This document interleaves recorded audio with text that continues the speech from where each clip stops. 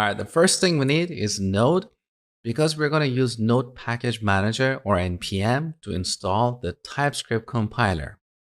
I believe as a student of this course, you should have Node on your machine, but if not, head over to nodejs.org and download the latest version over here. Once you do that, then open a terminal window and run npm, that is short for Node Package Manager, which we're going to use for installing third-party packages, in this case, TypeScript. Then we type I, that is short for install, -G for installing this globally so we can access the TypeScript compiler in every folder.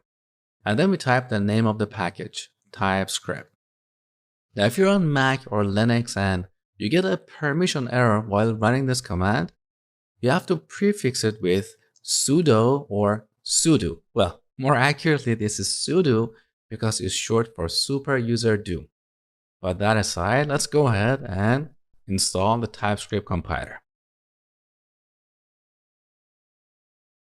Okay, great. Now to verify our installation, we type tsc, that is short for TypeScript compiler, -v to get the version. So here I'm running TypeScript version 4.6.3.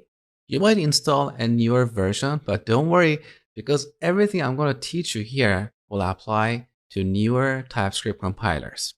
Now, in this course, just like my other courses, I'm going to use Visual Studio Code or VS Code as my code editor.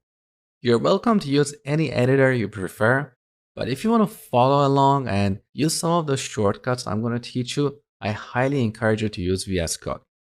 In case you don't have it, you can get it from code.visualstudio.com. All right, so go ahead and set up your development environment because in the next lesson, we're going to write our first TypeScript program.